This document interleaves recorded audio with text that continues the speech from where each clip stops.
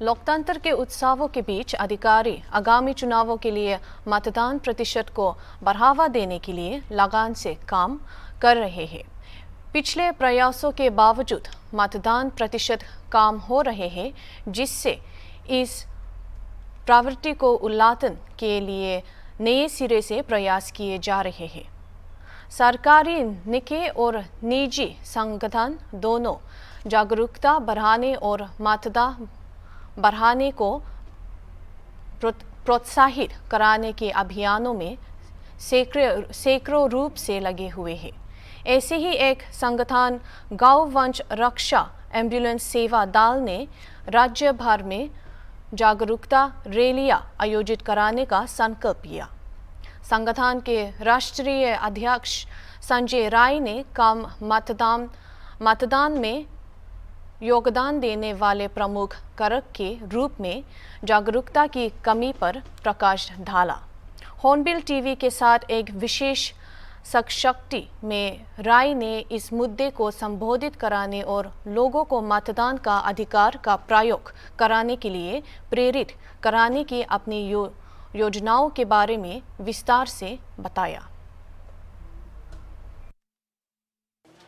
लोकतंत्र के महापर्व में सभी अपनी भूमिका निभाए, इसको लेकर चाहे जिला प्रशासन हो या निजी संस्थाएं हो, निजी एनजीओ हैं, लगातार लोगों से अपील कर रही कि वो घर से निकलकर अपने मताधिकार का प्रयोग करें, ताकि ज़्यादा से ज़्यादा जो मत प्रतिशत है उसको बढ़ाया जा सके। हमारे साथ मौजूद हैं गौ रक्षक दल एम्बुलेंस सेवा दल के राष्ट्रीय अध्यक्ष संजय राय जी। हम उनसे बात करेंगे क्योंकि जिस तरह से मताधिकार का प्रयोग की बात, उसको जागरूकता करने की बात कही जा रही, आपके द्वारा भी एक जागरूकता रैली निकाली जाएगी, इसी मुद्दे पर हम बात करेंगे।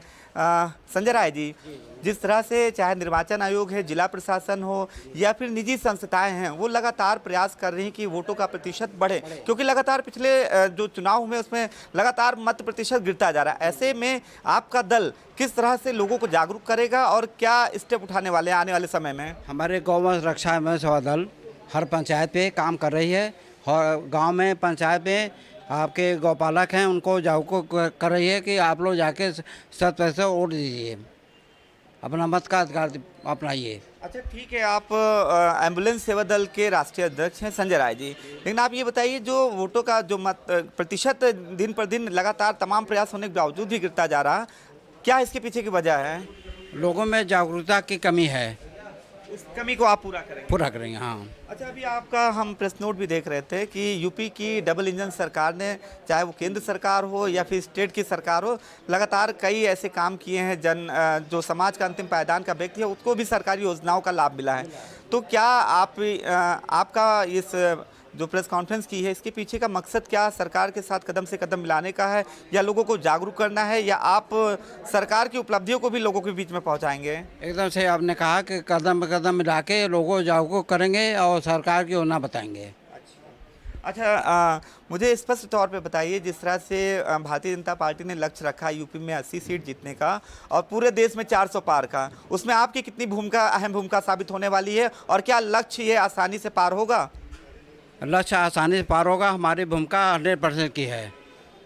कैसे लक्ष्य पार होगा? जैसे जबकि विपक्ष का जो इंडिया गठबंधन है वो लगातार चुनौती दे रहा है, तो ऐसे में लगता है नहीं है कि आपको विपक्ष क्या जो लक्ष्य रखा है यूपी में 80 और उसको भेद पाएगा जो सत्ता पक्ष है? देखिए, माननीय मोदी ने इतना काम किया है, व्यवस्थित रहता रहे, कुछ नहीं होगा। मैं वही जानना चाह रहा, ऐसे कौन से काम है, ऐसी कौन सी नीतियाँ हैं जो लोगों को प्रभावित कर रही हैं? सबसे दवा है, भोजन है और तमाम रोजगार है, मोदी जी दे रहे हैं। फिलहाल आप संजय राय जी हैं, इनका कहना है कि एक जागरूकता रैली निकालेंगे और जो वोटों का जो प्रतिशत आए दिन जो गिर रहा था, इनका प्रयास रहेगा कि जागरूकता रैली के जरिए उस प्रतिशत को बढ़ाया जाए। और दूसरी बात इन्होंने कही है कि जो लक्ष्य है भारतीय जनता पार्टी का यूपी में 80 और पूरे देश में 400 पार का, जो भारतीय जनता पार्टी की नीतियाँ रही हैं, जो सरकार की योजनाएँ रहीं, जिनका समाज के अंतिम पायदान का व्यक्ति था, उसको भी उन योजनाओं का लाभ मिला और जाहिर सी बात है इनके मुताबिक वो लक्ष्य जो सरकार का यानी भारतीय जनता पार्टी का, वो लक्ष्य भी पूरा होगा। वीडियो जर्नलिस्ट अनिल सैनी के साथ अनूप चौधरी, हॉर्नबिल टीवी, लखनऊ। दंतेवाड़ा विधायक चेतराम अतामी ने आज प्रेस कॉन्फ्रेंस में भाजपा का जारी किया गया संकल्प पत्र पढ़ा। चेतराम ने भाजपा के संकल्प पत्र को मोदी की गारंटी बताते हुए कहा है कि इसे पूरा किया जाएगा। भाजपा के संकल्प पत्र में लिखा है कि ये संकल्प 4 जून से पूरे होने की शुरुआत हो जाएगी, जो बताते हैं कि भाजपा को अपनी जीत को लेकर कहीं कोई संदेह नहीं है। भाजपा का लक्ष्य बस 400 पार का है। देश के यशस्वी प्रधानमंत्री माननीय नरेंद्र मोदी जी के संकल्प पत्र जारी किया गया है। मोदी जी ने कहा कि बीजेपी का संकल्प पत्र युवा भारत की युवा आकांक्षाओं का प्रतिबद्ध है और आने वाले 5 साल की राशन की योजनाओं को आगे 5 साल तक जारी रहेगा।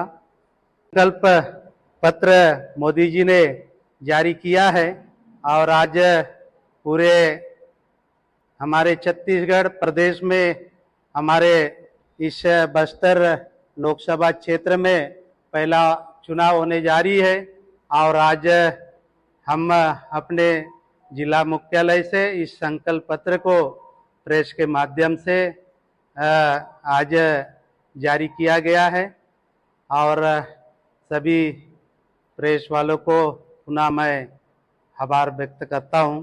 धन्यवाद। अवैध कोयला व्यापारियों के बारे में कोयला भंडारण में पूछताछ की नवीनतम अपडेट के अनुसार प्रश्न की जांच में कोई गलत काम नहीं हुआ है, लेकिन राजस्व घाटे को संबोधित कराने के लिए तत्काल कार्रवाई की आवश्यकता है।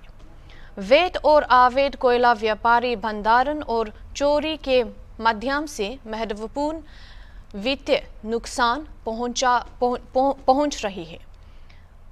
सलाई बनावे रेलवे स्टेशन अधिकारियों और अतिरिक्त दोनों तरह के कोयला भंडारण का केंद्र है। पिछले जांचों के बावजूद अवैध गतिविधियां जारी है, जिनमें मुनाफा बढ़ाने के लिए मिलावट भी शामिल है। कोयला तस्करी और राजस्व हानि से निपटने के लिए सरकारी हस्तक्षेप महत्वपूर्ण है। एक नए सिरे से टास्क फोर्स की आवश्यकता पर बल दिया गया है। हालांकि ढीले नियामक निगरानी अधिकारियों के बीच मिलीभगत या लापरवाही की चिंता प्रेरित कराती है।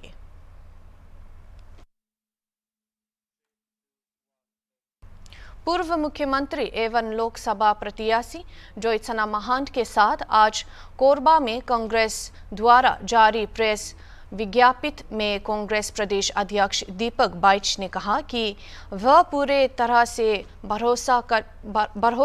भरोसा करते हैं कि कोरबा की जनता फिर से लोकसभा में ज्योत्सना महंत को जिताएगी। उन्होंने कवासी लखमा को एक शक्तिशाली और देसी भाषा में वक्त देने का प्रतिनिधित्व कराने वाले ब्रांड नेता मनाते हैं। आज हम लोग कोरबा लोकसभा के नॉमिनेशन में आए हैं। हमारे वर्तमान सांसद और दूसरी बार फिर नॉमिनेशन भरने जा रहे हैं माननीय ज्योत्सना महंत जी, जो कि आज नॉमिनेशन हुआ और इसके बाद जनसभा को संबोधित करेंगे और निश्चित रूप से दूसरी बार मुझे पूरा भरोसा है कि कोरबा की जनता दूसरी बार फिर से लोकसभा में सांसद के रूप में हमारे ज्योत्सना महंत जी को जिताकर भेजेंगे। बस्तर साहब सांसद थे, अब कवासी लखमा को मिल गया, खूब आग उगल रहे हैं। कवासी लखमा जी फायर ब्रांड नेता है। उनको एक देसी अंदाज है भाषण देने का, उनका एक तरीका है। अच्छे से प्रचार कर रहे हैं और बस्तर भी हम जीतेंगे। लेकिन वो प्रधानमंत्री जी के मरने तक की बात कर जाते हैं। देखिए, अब गोंडी में भाषा, अगर कोई गोंडी हल्बी में अगर कोई लोकल बोली में अगर भाषण देते हैं, एक अर्थ का, एक शब्द का कई अर्थ होता है, तो आपके ऊपर है। भारतीय जनता पार्टी का अच्छा ही दिखती नहीं, उनको बुराई दिखती है, बस यही है। तो अर्थ निकालने के ऊपर है। लेकिन कवासी लखमा जी ने कहा तो लोकल भाषा में क्या। और कोरबा लोकसभा की कांग्रेस प्रत्याशी ज्योत्सना महंत के बयान में कहा कि उन्हें अपने कांग्रेस के कार्यकर्ताओं पर भरोसा है और इस बार भी जीत होगी। वहीं पूर्व मुख्यमंत्री भूपेश बघेल ने भी भाजपा के चुनाव जिताने के सवाल पर ताज कसते हुए बयान दिया। देखिए, मुझे अपने कांग्रेस के कार्यकर्ताओं पे भरोसा है और इसी भरोसे से सोनिया गांधी ने मुझे दोबारा टिकट आशीर्वाद दिया है और निश्चित रूप से मेरे कार्यकर्ता की पिछली बार भी जीत हुई और इस बार भी जीत होगी। अभी तो नामांकन ही भरा है, अब आगे देखिए क्या होता है। ट्रेन को लेकर के आप क्या कहेंगे कि ट्रेन चल नहीं पा रहा है ठीक से इस देश में? देखिए, ट्रेन के बारे में मैंने बहुत कुछ बातें की, रेल मंत्री से बार बार पत्राचार किया, हम स्वयं भी मिले, लेकिन अब बताइए ना, 100 दिन तो हो गए, 90-100 दिन तो हो गए डबल इंजन सरकार को। चला सकते थे तो चला लेते हैं। इनके पास अब कोई काम रहा नहीं, मीडिया में बने रहना है, तो किसी न किसी को एक झंडे ले आएंगे, उसके बाद उसको खबर छपवाएंगे एक हफ्ता तक। इनके पास अब कोई काम रहा नहीं है। भारतीय जनता पार्टी जनता तो जा नहीं पा रहे हैं, क्योंकि बताने के लिए कुछ है नहीं, क्योंकि जनता को तो उन्होंने छला है। तो क्या करें, खबर में बने रहना है, तो एक किसी के ले आओ और उसको चलाते रहो मीडिया। पार्टी की नाराजगी लेकिन खुलकर सामने आ रही है। कोई भी नाराजगी नहीं है, सारे लोग अच्छे से काम कर रहे हैं और संगठित होकर काम कर रहे हैं, और देखिएगा रिजल्ट बहुत बढ़िया आएगा। कांग्रेस कितना सीट की उम्मीद है सर? हम अधिकांश सीट जीतेंगे। आंकड़ा अब वो ज्योतिष बता सकते हैं भाई, लेकिन हम लोग कहते हैं कि अधिकांश सीट जीतेंगे। बहराइच में मतदाता जागरूकता के लिए 5 किलोमीटर लंबी मानव श्रृंखला बनाई गई। इस मानव श्रृंखला में लगभग 8000 लोग शामिल हुए, जिनमें एनसीसी कैडेट, छात्र छात्राओं, व्यापारियों, सरकारी कर्मचारियों और अधिकारियों की भी शामिलता थी। डीएम मोनिका रानी ने इस श्रृंखला में सभी को मतदान के लिए शपथ दिलाई गई और इसका उद्देश्य आगामी चुनाव में मतदान प्रतिशत को बढ़ाना है। 13 मई को बहराइच लोकसभा क्षेत्र और 20 मई को केसरगंज लोकसभा क्षेत्र में मतदान होगा। इस श्रृंखला के माध्यम से यह संदेश दिया गया है कि मतदान के दिन शहरी इलाकों के वोटर जो काम निकालते हैं वो अपने घरों से बाहर निकले और 100% मतदान करें। जितने भी हमारे अधिकारी थे, कर्मचारी थे, उन्होंने सब में इसमें प्रतिभाग किया और ये मानव श्रृंखला बनाई गई और इसके साथ साथ मतदान की शपथ ली गई। इसका केवल एक ही उद्देश्य था कि 13 मई को जो है वो बहराइच का मतदान होना है और 20 को जो होना है वो केसरगंज लोकसभा क्षेत्र का है। तो इस मंडल में जो है मतदान प्रतिशत काफ़ी कम रहता है। इसके माध्यम से केवल यही संदेश देना था कि जो हमारे अर्बन क्षेत्र के वोटर हैं जो कम निकलते हैं उस दिन मतदान करने के लिए, वो 100% मतदान के लिए निकले और मतदान प्रतिशत को ज़्यादा से ज़्यादा करें। शामिल होने की संभावना इसमें लगभग 7 से 8 हज़ार लोग जो हैं आज शामिल हुए हैं और इसमें अधिकारी, कर्मचारी, स्कूल के बच्चे, पुलिस प्रशासन के सभी की सहभागिता। अभी के लिए इतना ही। देखते रहिए हॉर्नबिल टीवी।